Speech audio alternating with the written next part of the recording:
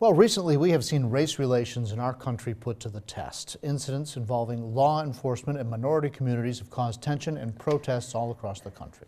Many of us watch the scenes play out on television. For some people in Danville, it served as a painful reminder of the city's history of race-related problems. As a part of a series of stories on Black history, WSOS 10's Bree Jackson takes a look back at Bloody Monday.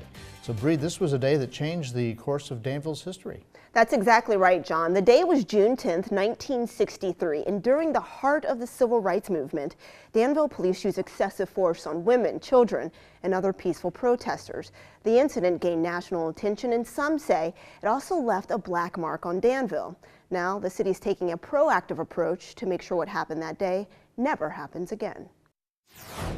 By the looks of it, this quiet corner of Patton Street, home of the former Register and B building, hasn't changed much since the 1960s. Residents say what's different here is race relations. Decades ago, this was the exact spot African Americans held marches against segregation.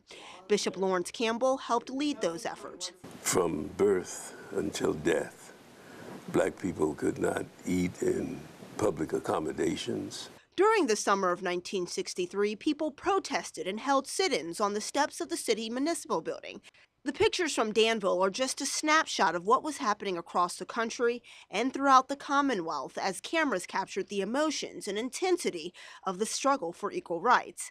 But unlike other peaceful demonstrations, tensions in Danville boiled over. On June 10th, police officers along with deputized workers attacked marchers with fire hoses and clubs. Now, my wife was beaten severely. She still suffers from that beating today. There were some people who had concussions. Bloody Monday now stands out as the most violent day in Virginia's civil rights movement. Back then, Neil Morris was a young police officer. It was not a good scene, I admit that. And I believe anytime you use excessive force, it's not good. It's wrong. This is the area along Main Street where nearly 50 years ago, residents would start their march against segregation. And now, the community's coming together to unite Danville. Following the 50th anniversary of that history-changing day, Campbell asked city leaders to form a race relations committee. I learned from '63 that it's wise to be proactive, and I felt that there should be a place where the races of our community are talking. In response, Danville's mayor, Sherman Saunders, and the city council created Danville United, the group's vision to make the area more inclusive than it was in the past. A lot of things have changed since that time, and Danville United is trying to build up on that. And quite frankly, I don't think Danville has come a long ways. I know, in fact, Danville has come a long ways. In an effort to improve community relations, City Manager Joe King, along with the police department and other agencies, examined issues such as arrest rates and racial disparities. We're a community that's half white and half black. We're proud of our diversity. Like so many communities, our police force is predominantly white. That creates some challenges, if not tension.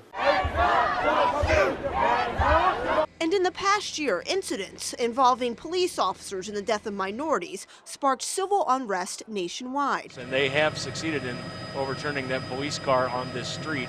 For some, these scenes served as a reminder of Danville's painful past. Bring the races together in forums, in discussions, even visiting different churches and the whole bit, that it would be a means by which we could hopefully avoid a Ferguson or any other turmoil. There's always room for improvement in race relations or any contact between police and the public, regardless of what the color is. And by having open dialogues about race, police tactics, and other topics, Danville residents hope to prevent history from repeating and also avoid seeing the nation's other current race issues from coming here.